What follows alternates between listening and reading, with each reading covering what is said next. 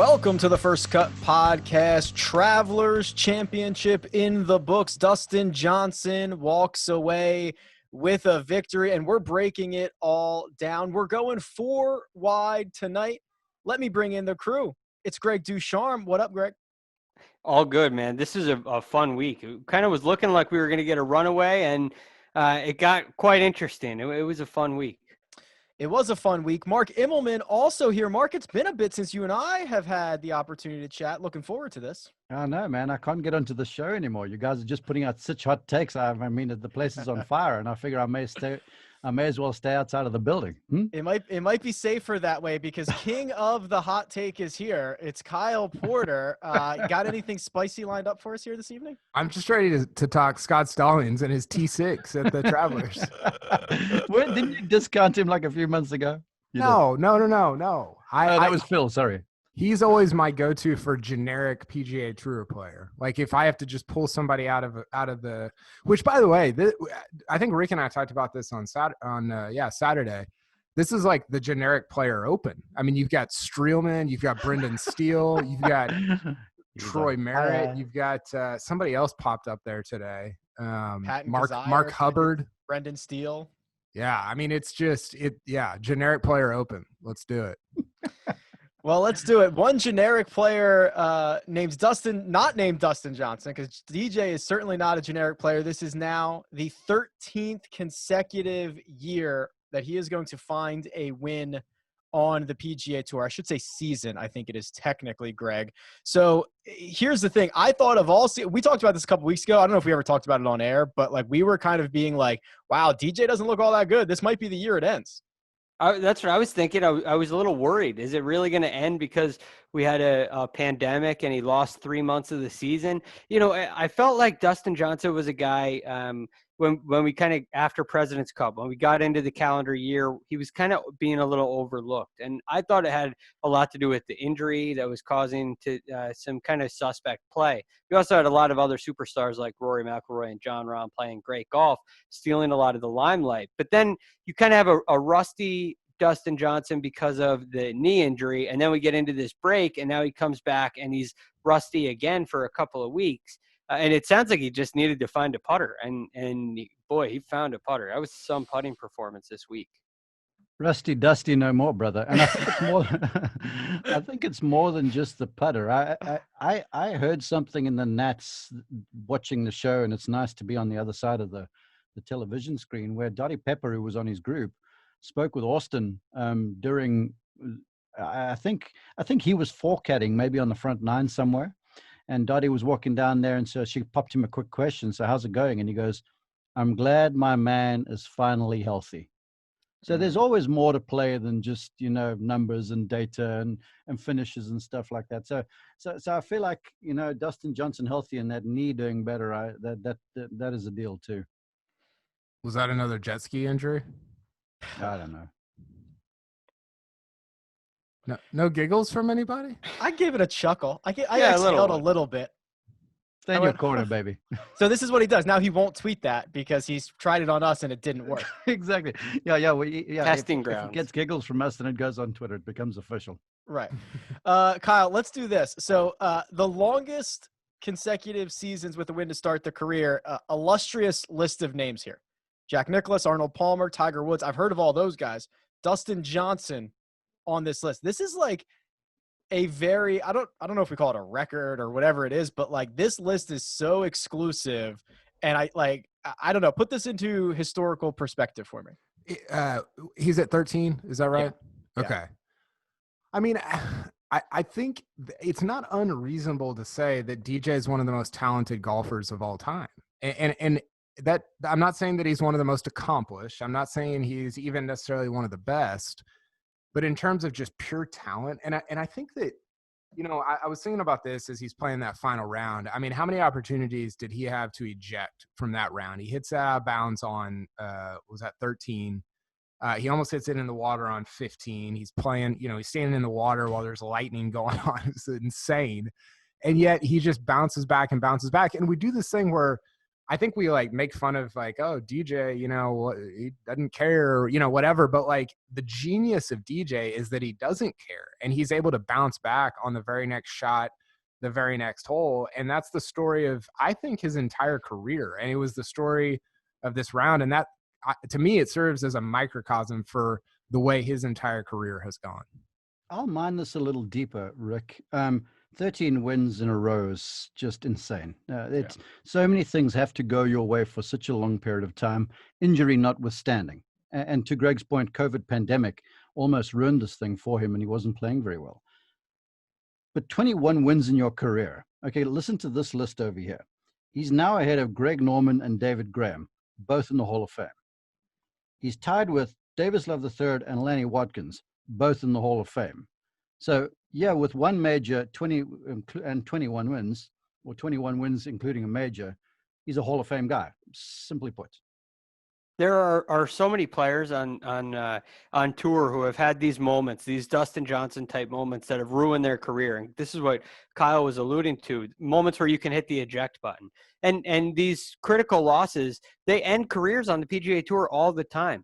Not Dustin Johnson. And he has had so many close calls. I think of the PGA at Whistling Straits. I think it was 2010 or something when Martin Keimer won at Whistling Straits. And then you have the situation in the U.S. Open when Jordan Spieth won in 2015 at Chambers Bay. Just heartbreaking situations that didn't break him. He just turns around and puts himself right back in position time and time again. So the fact that, I don't know if I'd say he doesn't care. He's unaffected. He's very level, and it works really well for him. And it allows his talent to shine through and get wins. But some of these close calls go the other way. And he becomes one of the more accomplished players ever, especially what happens in majors. You heard the list Mark mentioned.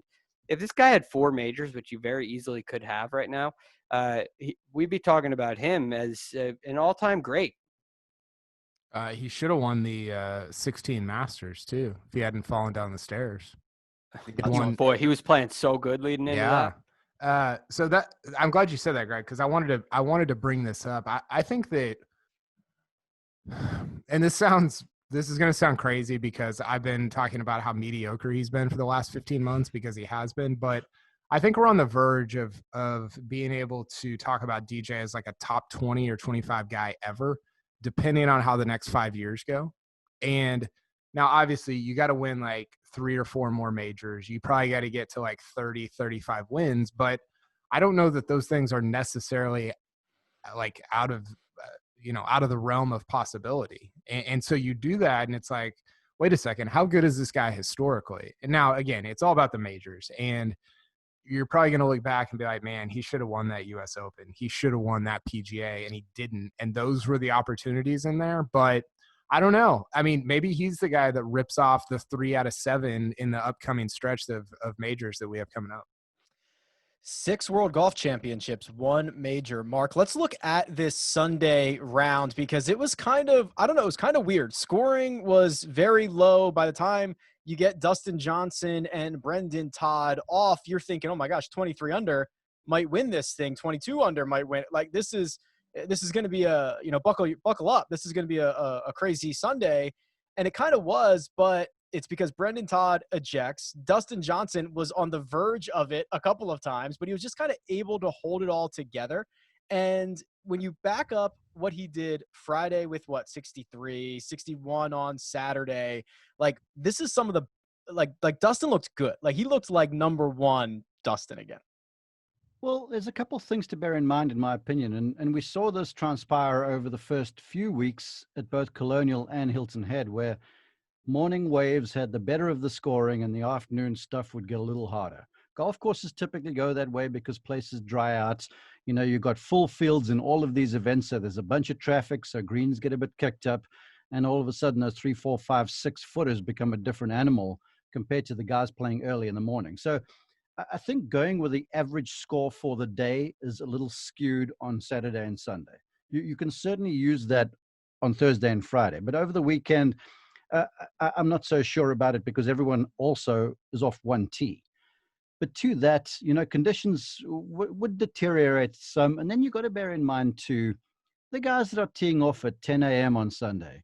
they are free swinging. They are basically trying to find something going as low as they can versus the guys that tee off after 1 p.m., right?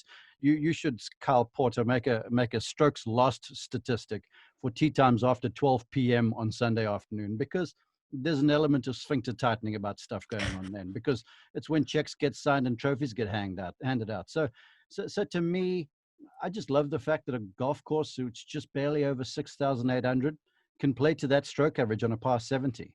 I love the fact that it defended itself. I love the fact that it gave birdies if you had quality shots, but it tripped you up if you didn't. And so, looking at the way the leaders kind of dropped the anchor maybe and just played in neutral a little bit, they kind of knew what they had to do. Essentially, at one stage, it was a 2-horse race. Yeah, Kevin Streelman sort of came to the fore late. But at one stage, it was looking like it was going to be Brendon Todd and Dustin Johnson. So they basically just trying to stay ahead of each other, where the guys in front were trying to make as many birdies as they can. So that plays into sort of strategy and how one attacks a golf course. So there's a whole bunch of factors that are brought to bear when it comes to, scoring averages and stuff, especially on Sunday. Okay. First of all, the Patriots signed Cam Newton. Don't know if you guys just saw that on Twitter. We did. Second of all, explain to me why scoring average doesn't matter on Saturday and Sunday again, Mark. What was that all about? No, because on Thursday, Friday, you get an afternoon and a morning tee time. So typically those will even out, because you'll have an afternoon time when the wind is up, when the green's a bit crusty and bumpy. So you've got a morning and an afternoon to even stuff out. Saturday, Sunday, it's not the case. And if you're teeing off late on Saturday and Sunday, you will typically always see those numbers a click higher than what they are in the guys going out early in the morning. Like Dustin, when he shot 61, was well out in front of the leaders and played his way into contention. That makes sense. And everything even, I say makes sense, Well, I gotta you gotta show your work sometimes. But even talking about like guys just finishing up late, it gets a little tight. I mean, we don't. And I agree with your point. Like, I don't know, there's probably some advanced metrics to disprove this. Like clutch hitting in baseball is not a thing, but I just feel like you get into the back nine on Sunday and you're on the leaderboard, and it's just different. Like if you've been out there, and especially at majors, if you've felt what's going on, it's like a different tournament. It's like a different sport almost. And they're guys that master this. Nicholas said as much. He goes, on Sunday afternoon, I just don't make mistakes. I let the rest of them take care of themselves. Tiger essentially did that. And here, Brooks Koepka late. He figured out whatever the conundrum was on a Sunday afternoon. He didn't trip himself up and basically found his way to 4 major championships in a very short space of time. Dustin Johnson is going to move to the number 3 player in the world. He's going to kick Webb Simpson out of the top 5 after 1 week within there. Right? That's tough. Dustin Johnson now 5th on the all-time PGA Tour career, earning $63 million. Also pretty tough. But let's talk about Brendon Todd, Greg, because I think there was a Freaky Friday situation on the side of the 12th green where Brendon Todd and I switched bodies. And then he sculls one over, or I guess I scull one over. Then I can't get up and down. Then we switch bodies back later. But this was not a great day for Brendon Todd. Oh, this is such a frustrating day. And I thought Brendon Todd was gonna have a good Sunday. I thought he was ready to go. He had missed. We talked about this on HQ at length. He had missed 1 fairway in 3 rounds of golf. It was incredible. And it reminded me a little bit of when Dustin Johnson and Ted Potter Jr.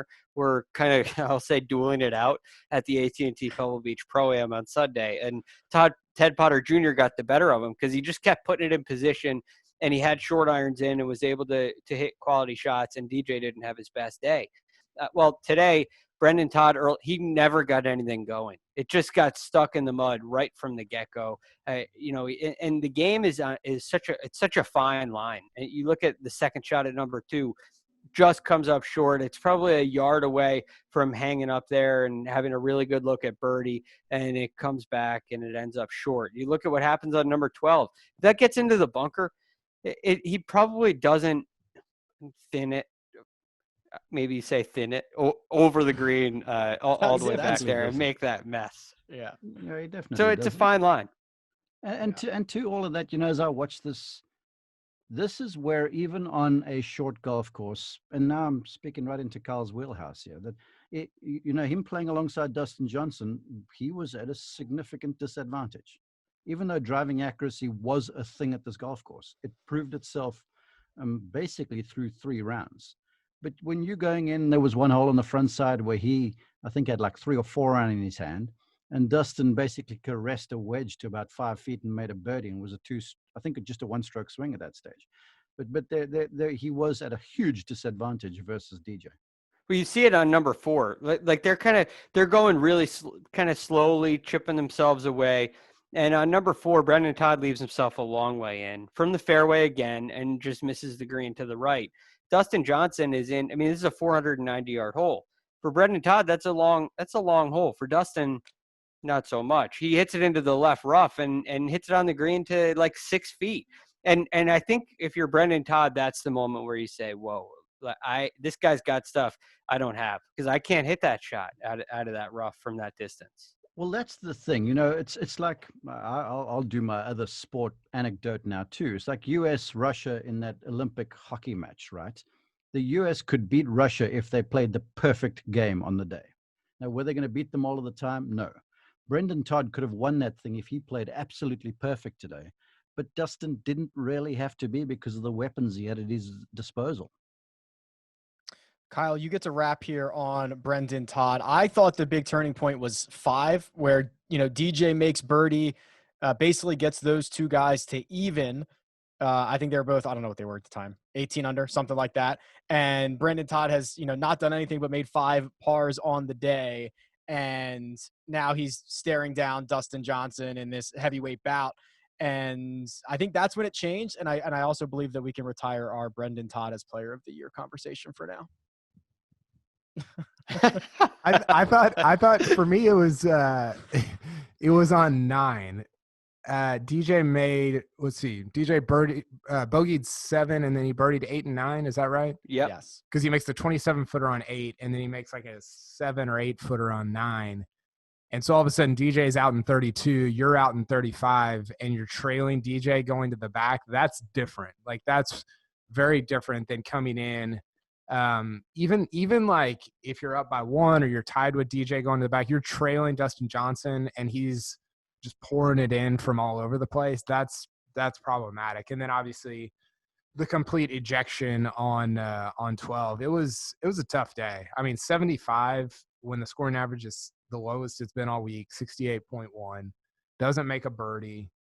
It was just I don't know. I mean, maybe it was just a bad day, but I can't help but think that he was affected by the fact that, on 12, you don't even get on the green until your 6th shot, and DJ's just sitting there doing DJ stuff, staring at you. And that has to get in your head, right?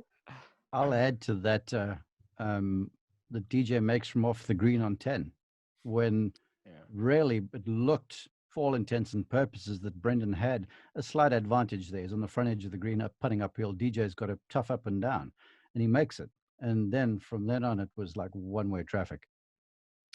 Yeah, I don't think Brendon Todd on 12 gave up his turn for like 4 or 5 shots in a row. It was pretty brutal to watch. Tough. Yeah. My God.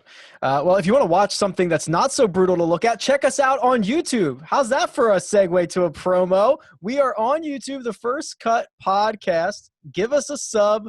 Tell us leave some comments. We'll reply to them. It's all good. So join us. We'll tweet everything out. Make sure that after you subscribe, you hit that little notification bell, because you want to hear these as soon as they come out, right? Right after a round, you want to hear it. DFS preview, you want to hear it. So let us know what you think about that. And Greg Ducharme, let me know what you think about Will Gordon, because he was really the story for a lot of this, right? Goes out, shoots 66, 62 on Thursday and Friday. We know everything he's playing for. Kid's playing for a career. Pretty impressive for him to finish T3 here. Not a name you're overly familiar with, although he does have 3 finishes inside the top 21 on the PGA Tour this season, all sponsors exemptions. And as we remember from when I call them the college kids, Hovland, Morikawa, and Wolf, when they were playing, they had that limit of sponsors exemptions, and it becomes a big deal. So as you're kind of running into that time, well, let me say first, during that time, he accumulated enough FedEx Cup points to get into the Korn Ferry Tour finals. And once you get there, you can get your PGA Tour card the way Viktor Hovland did. Well, there is no Korn Ferry Tour Finals this year. So now you kind of have to wait 18 months until you have another real opportunity to earn your PGA Tour card. So this was a huge week for him. And when you go out and shoot 62 on Friday the way he did, you turn on the TV on Friday and Will Gordon's leading, and you're like, who is Will Gordon? How is he winning the turn? And we're going to have another classic duel between Will Gordon and Phil Mickelson. It doesn't really make sense. And then he rounds back to form on Saturday. But the round on Sunday impressed me so much. To go shoot 64 on Sunday when, as Mark said, now it's time to go cash your check. And he did just that. It was really impressive. And I mean, he's only 23 years old, SEC Player of the Year in 2019. I'm getting the sense watching him swing the club, watching the way that he played under the pressure this week. This is not going to be the last time we talk Will Gordon. Yeah, I will agree with that. I spoke with his instructor, Justin Parsons, over the weekend in preparation for Saturday. And Justin's nickname, and Justin's worked with some good golfers in his time, and his nickname for Will is Neo, like, you know, the dude from The Matrix, because this guy has just got this uncanny ability to just have time slow down, and he doesn't get flustered by the moment.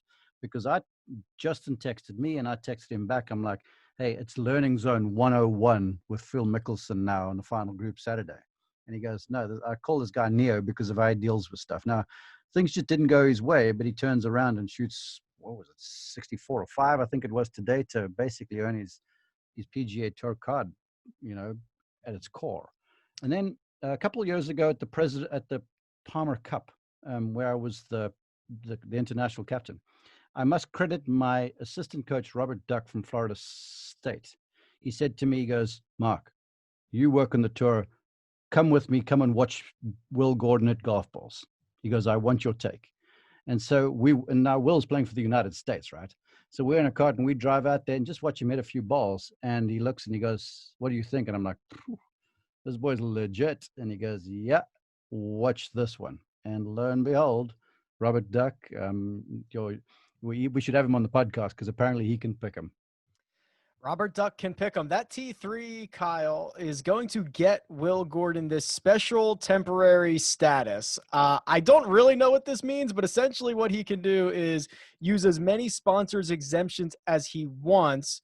And I thought it was until the end of this season, but actually we might think it's the end of next season.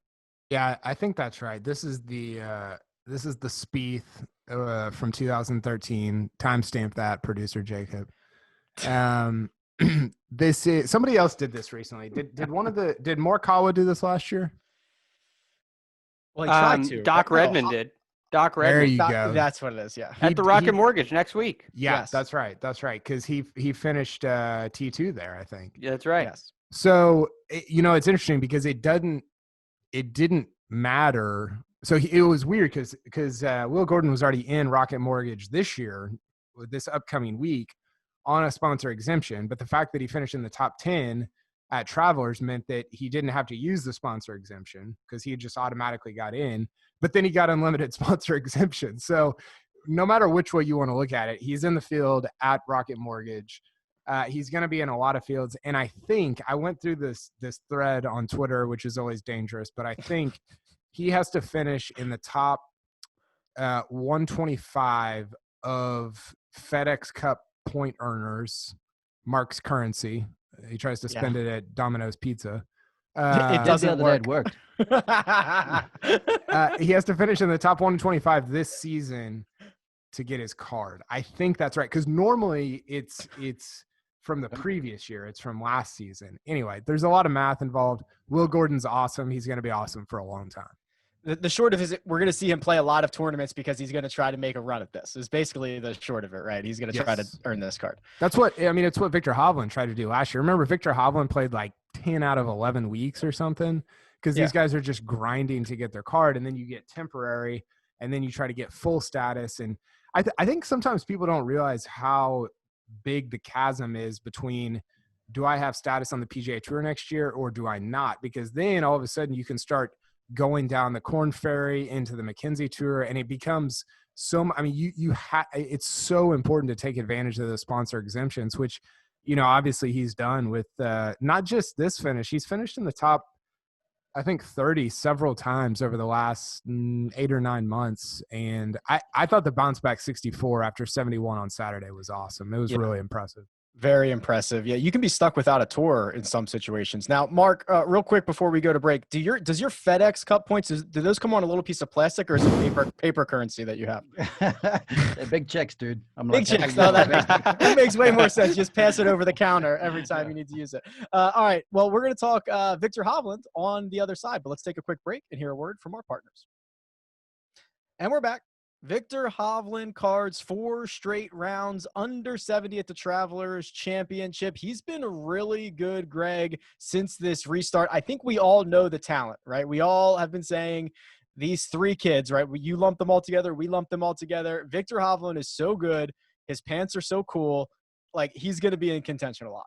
I was just going to ask you, do you like the orange pants? I know where Kyle probably sits on that. Orange pants or the joggers with the stripes? I call them the rip-away pants. It looked like the rip-away pants are I like those. He looks like he's ready for it, man. He's ready to play. Yeah. So cool. So I love the kid. He's got just a calm presence about him. He doesn't take himself too seriously.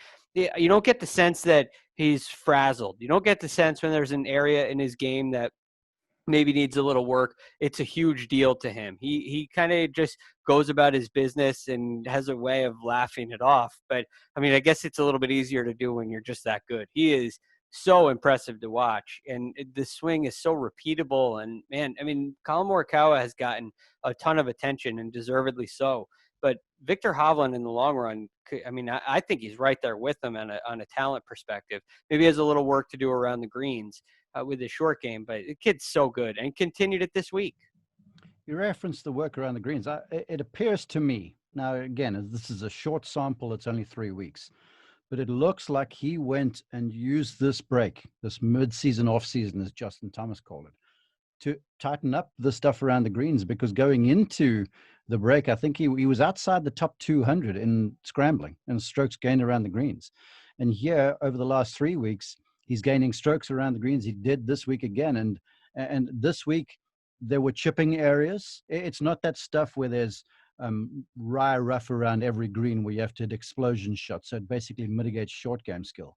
The beauty about this golf course, the greens are perched up. There are chipping areas. There's rough. There's bunkers. They're well bunkered. And then the greens have got all this movement. So you got to have some craftiness about you around the greens to get them up and down.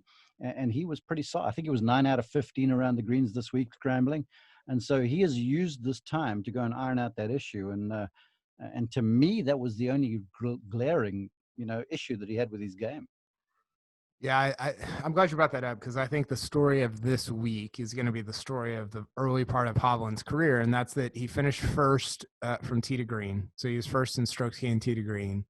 And then he was 63rd in putting and 37th around the green. So his short game just is not where it needs to be. And, he's a better putter than that. That's not indicative of what his skill is as a putter, but he's going to be awesome from tee to green. He's kind of the, he without like all the memes and the jokes and everything, he's kind of like what Bryson is in terms of he's like one of the best at the thing that you need to be best at, which is gaining strokes off the tee. I mean, again, I've said it a million times. Go look at the guys who gain strokes off the tee. Those are your big money earners on the PGA Tour. That's just how it works. And you're going to have somebody like a Brendon Todd, like a Ryan Armour. That's the other generic player that I was trying to think of earlier, by the way. Yes.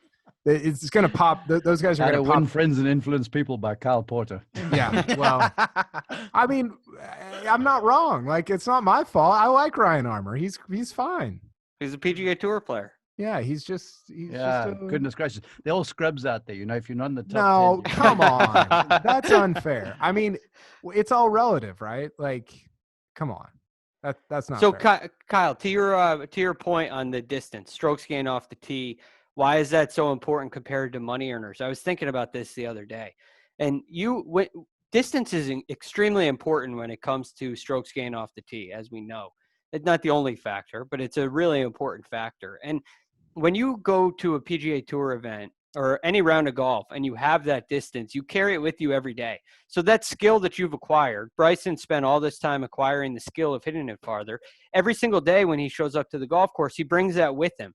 if you're a player like Kevin Na, who really relies on great putting, he's like 7th in strokes gained putting on the year, and he can win. He can go out there and win. He's won a lot recently. But then the next weeks he may finish tied 41st, because that skill of great putting is much more volatile and it can go away in a given day. So I look to that off the tee game. And I think that's one of the reasons why it's so important and why I think Viktor Hovland's going to be around for a while. Okay, so let me real quick, Kyle, let me tee up with this before you jump into that. If you bend the knee to strokes gained around the green like I do, gained a half a stroke around the green this week, Viktor Hovland did. 2 out of 3 weeks since the restart, he's done that after losing 7 straight events just in a said row. that. I know. I'm backing you up. I'm backing it up with the data here. What brother. are the old schoolers like me? They would call it the eye test, right? Eye test. The eye test. Go ahead, Kyle. I like Spicy Mark. Wait, why do you bend the knee to strokes gained around the green? Oh no, I bend the knee to strokes gained. I don't do the eye test. I'm in the spreadsheet. Yeah. I got strokes gained spreadsheet over here. Yeah, that's good. Okay, so let Webb me read Simpson Masters 2020. Well, he would have won it. Webb Simpson should have a green jacket. Yeah, that's the best thing you've had, bro. Okay, so top 10 right now in strokes gained off the tee. Just listen to this list: Cameron Champ, Bryson DeChambeau, Sergio, Rory, Johnny Vegas, John Rahm, Bubba Watson, Jason Kokrak. Hey, find a putter, Kokrak. Come on now. Xander, Scotty Scheffler, Viktor Hovland, Fleetwood, DJ, Paul Casey, Corey Connors. I mean, if you overlay the money list with that list, with that data right there, you're going to see a lot of the same guys in the top 15, top 20 on the money list. That's just what the PGA Tour is right now. We can argue about whether that's what it should be, but that's what it is right now. And because of that, Viktor Hovland is going to be, I think, really successful for a really long time. Greg, this is a specific question for you because we talk about this other guy a lot. Who's going to break the Puerto Rico Open curse first? Tony Finau, Viktor Hovland. You love Tony Finau. I do. I love Tony Finau. One of them has to do it, right? This is crazy. This is now crazy. These guys are so good. And how much longer does it have to go on? With Viktor Hovland, you feel like he's going to end it, and you feel like he's going to end it this year. So for this to go on an entire year would be real. It would really frighten me. I'm not kidding. It would frighten me that the curse is real. I think Hovland could do it next week. I think the Rocket Mortgage Classic is a great venue for. We'll talk about this later on. But the curse keeps getting stronger every week. That nobody. That's wins. Right. It grows. Its power grows, and we'll talk about it more and more. Which just, if Tony's listening, he's gonna feel the pressure. He's really gonna feel it. Hi, Tony. Hi, Tony. Nice to chat. Love you, Tony. Well, yeah, we'll talk about that on the Tuesday DFS preview, Greg. Now, Kyle, let's talk a little bit about Phil Mickelson because you and I got completely ambushed after. I mean, I literally said his game was in shambles is the exact quote that I used. And then he goes out and he's the 36-hole leader before following it up with back-to-back 1/71s. Kyle Porter, take your victory lap. Yeah, I'm going to be victory lapping in producer Jacob's mentions for the next 3 weeks. Look, like, it is what it is. I mean, and Phil has said this was the point I made on HQ, and Phil has talked about this. So it's not like, this is not me saying this about him. It's him saying it about himself. The ability to focus and concentrate at a high level for 72 holes at age 50 or 51 or 52, it's so hard to do. And it's very different than when you're 30, 31, 32, 20 years ago for Phil. And he's just not – I mean, I go back to the bunker shot he hit on, what was that, 12 or 14 or whatever on 13. Saturday? 13 on Saturday. That's not because he's bad at bunker play. That's because he lost concentration for a hole, right? And so when that is a bad lie on a downslope, Kyle. Come on, man. That when he skinned out of bounds that you referenced, he had a downhill lie with water on the other side of the thing. Come on, not every bunker shot is the same. How many times have you seen Phil do that? I don't know, but it's never. Shots are more difficult. Phil's the best bunker player of all time. Get Gary Player on the line, please, Jacob. Good Lord, man. Here we go again. Again, this is not my language. This is Phil's language that I'm using to talk about what his career is right now. He's just not going to be able to exist at that top 10 level from tee to green like he used to be able to. And if you don't do that, you're just not going to have very many opportunities to win. Mark, I hate to say this, you're the closest one to 50 in this group. Do you lack focus and concentration? I was hoping you were going to go there. You know what? And now I'm going to turn Kyle's observations on him, all right? Because at 50, if a couple things fail, your eyesight typically starts going and your memory starts going. I mean, I can still focus for a while. And Kyle, in all of his wisdom, and I agreed with this on HQ just a few hours ago, was talking about how DJ, who seems pretty forgetful and laissez-faire about what he does, which is a benefit in golf at the highest level. So, you know, as far as Phil goes, yeah, look, I will concede that Father Time is unbeaten. I'm feeling this right now.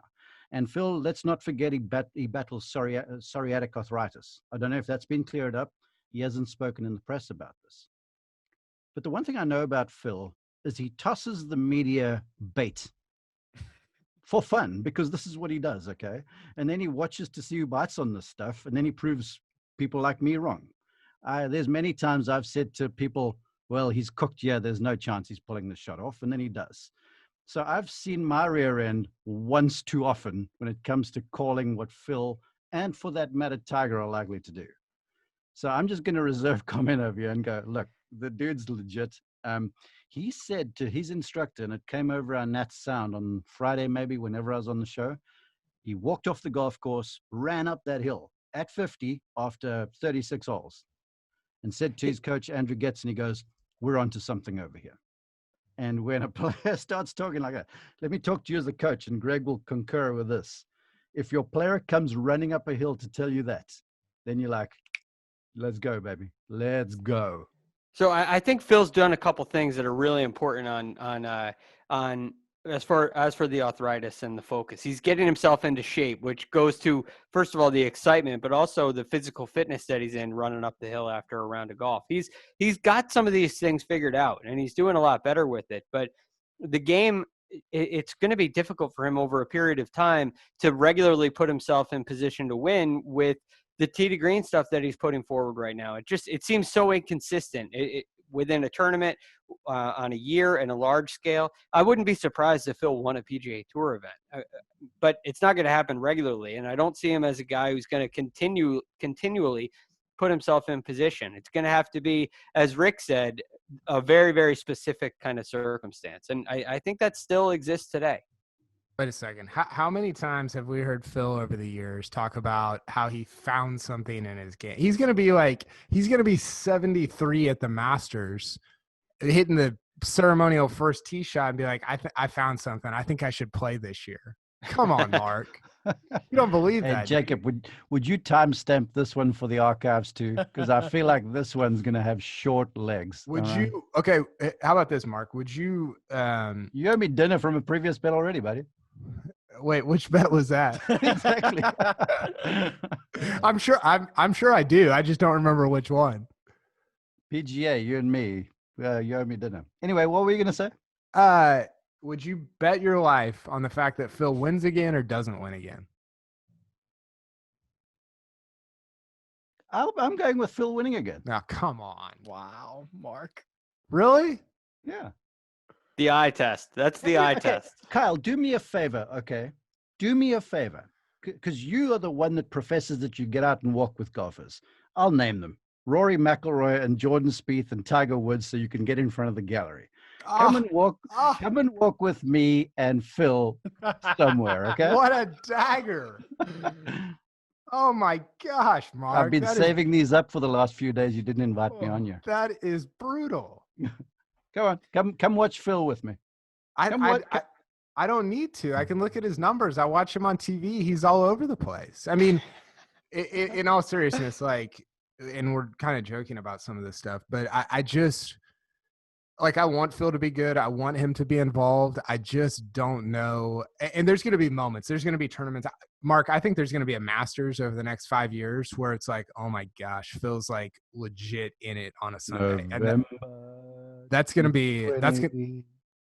be unbelievable. I can't wait for that. But I just think on a consistent basis, is Phil going to be involved in PGA Tour events? I don't see it. The question that you pitched me, and I'm going with Greg here. Greg said he will win. It won't be dominant. I said it won't be dominant. You said, will you lay your life on the fact that Phil wins again? And I'm like, no, Phil will win again. He's just turned 50. I say no. Rick? Absolutely not. Yeah. No way. I think he's going to pop up one week and get it done. I really do. I don't know what term. Maybe I think he can do it. He's going to win Mexico again. That's might not be bad. Well, I mean, so when Tiger turns 50, and I'll turn the question, God willing, we're around. I'll turn the question on you. What do you say then? Me? Yeah. Well, I don't even know what he's going to look like at 45. Well, we've got Phil at 50, and he's looking, as to Greg's point, as good as he's ever looked. He does physically. He does look and that great. Swing hasn't given up any length. Now it's a little narrow. I will concede that, and he's needing to time the thing up through the base a little bit more. But he is moving the ball in both directions right now, and he's going to find a week when he puts the ball in play. And he has won 40 how many times? Or he knows how to close the deal. Yeah. He's got to embrace a strategy. He's got to. He like you said, Mark. He's going to find something. He's got to just stick to it a little more, right? I'm going to play a single shot off the tee, a little cut, time and time again, and get the ball in play. That Phil's wedge play is still good enough to compete. If he can put the ball in play on a course like the Travelers and get it going with the putter, that's not unreasonable. It's not unreasonable. It's not. Phil doesn't have to hit it 330 yards to win. He can do it 1 week. I'm not saying it's going to be a lot. I'm not saying he's going to top 5 every other week. But he can do it. I don't think Phil would embrace a strategy if he was sponsored by the board game Risk. Well, look, I mean, that's a really good call, because this week, Thursday, Friday, he was very defensive off the tee. Yeah. He wasn't hitting bombs. He was hitting that hellacious, whatever it was he calls himself. Yeah. Seeds. Well, I think playing with Bryson and Rory kind of helps with that. Whatever he calls himself. Yeah. Does he call himself a hellacious seed? Well, he's named his clothes. I think you reported there on Twitter. That's how I get to communicate with you, pal. That he's naming his clothing after that. Or something. Yeah, the Hit Bombs clothing line. Yeah. That's normal. Everybody does that. Real quick on Rory McIlroy. I don't know what to say about Rory. I mean, Rory's very good. He shows he's the number 1 player in the world. The only in a world where you are Rory McIlroy, Kyle, does like a T12 not do it for anybody, right? Like, I don't know what the takeaway is from this. I don't even know if there is a takeaway from this week. So I had a small takeaway. I think the iron play is a little problematic. So he lost 5 strokes over the last 3 rounds. He lost strokes each of the last 3 rounds with his iron play. And that's, I don't know. I mean, we talk about the driver. The iron play should be such a strength for him. And so for him to be that consistently below average with his irons. Now, I didn't go back and look at Harbor Town or Charles Schwab. I doubt he lost strokes in 3 of the 4 days with his irons, but he did here. And that's, I don't know. It hasn't looked as sharp in the last 3 events as it did at the beginning of the year. Well, to that, he talked of after last week, early in Travelers Week, in his press, he spoke of being uncomfortable at Colonial. You know, he was rusty. And then he went to a Pete Dye place. First time he had played there in like over, I think, 8-9 years or whatever it was at Harbor Town. And that place, even if you're a very accurate driver and ball striker, it keeps you off balance by the visuals and by these live oaks that hang over the target. So it's just awkward to play. And so he felt handcuffed there. And he spoke of it leading into the Travelers. And then he opens up with, a couple of good rounds. And I thought, okay, well, maybe we pass this. I'm still going to say, it's 3 events into the season. He's shooting low scores. I'd be concerned if he wasn't making birdies and there were all sorts of erratic mistakes all over the show. All he needs to do is iron out 1 or 2 sort of problematic areas during a round, and all of a sudden that off day turns good. So I know that sounds generic, but that's sort of my take about it. I'm not that concerned. So I think real quick on Rory here. He is struggling with the putter. And I think in Rory's mind, when you start to struggle with the putter and you feel like they're not going in from any sort of distance, you feel like you got to continue to hit it closer and closer to the hole. And it adds a lot of pressure when a 5-foot putt, you don't know if that's going to be good. And we see that from Rory mostly on weekends. It tends to be a missed short putt early, and all of a sudden the rest of the game kind of can waver a little bit. And I don't think that there's a problem with the swing when I watch him.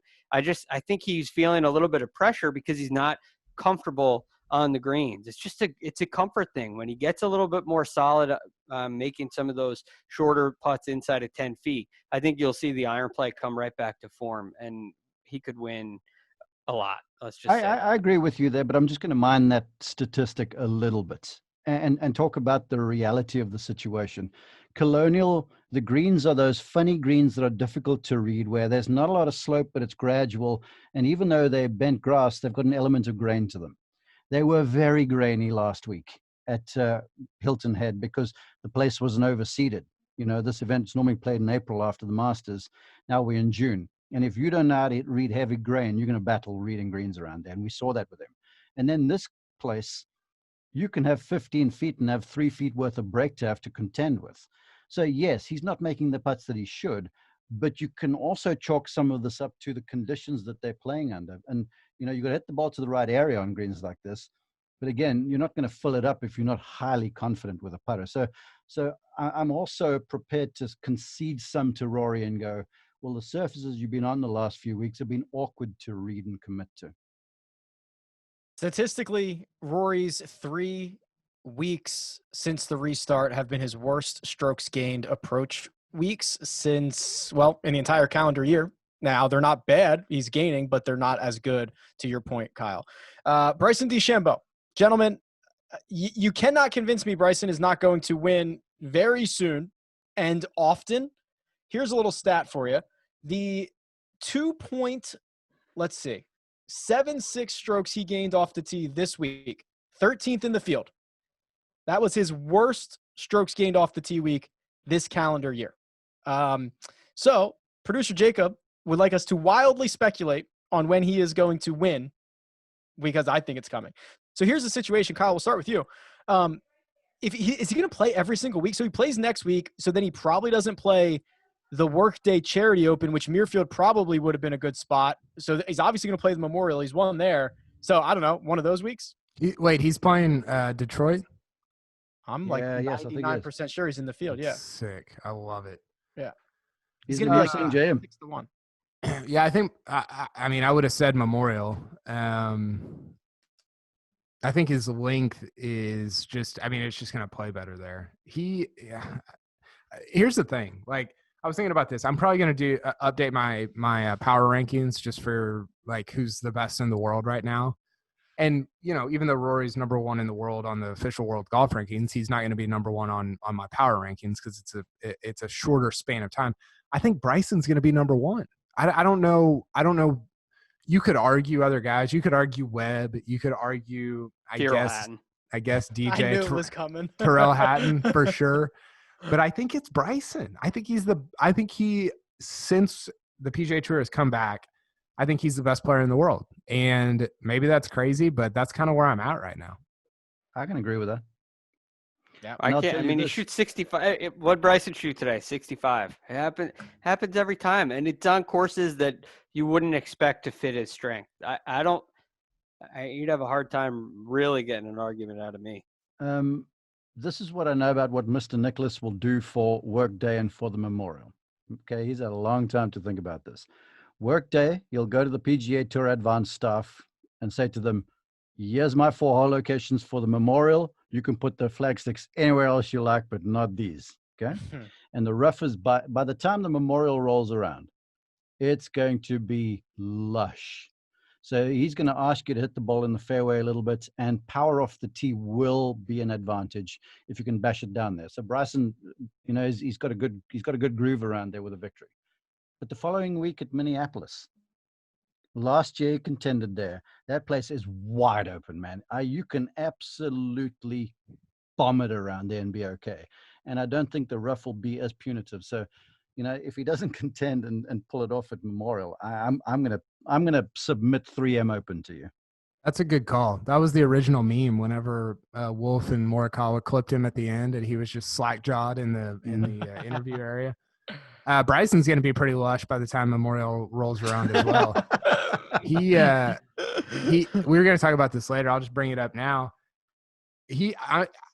I imagine he watched that DJ drive on 18 on Sunday and thought, I might need to gain some more weight. I might need to hit the gym again, because that's what